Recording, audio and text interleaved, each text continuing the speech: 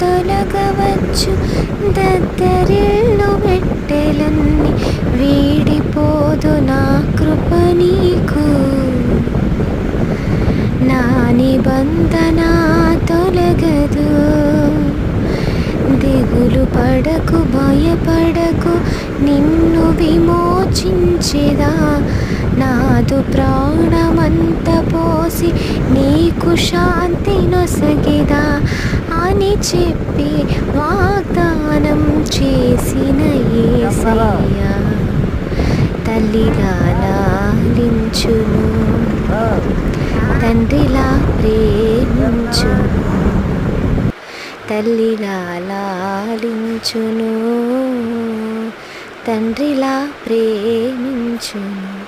ముదిమి వచ్చు వరకు ఎత్తుకొని ముద్దా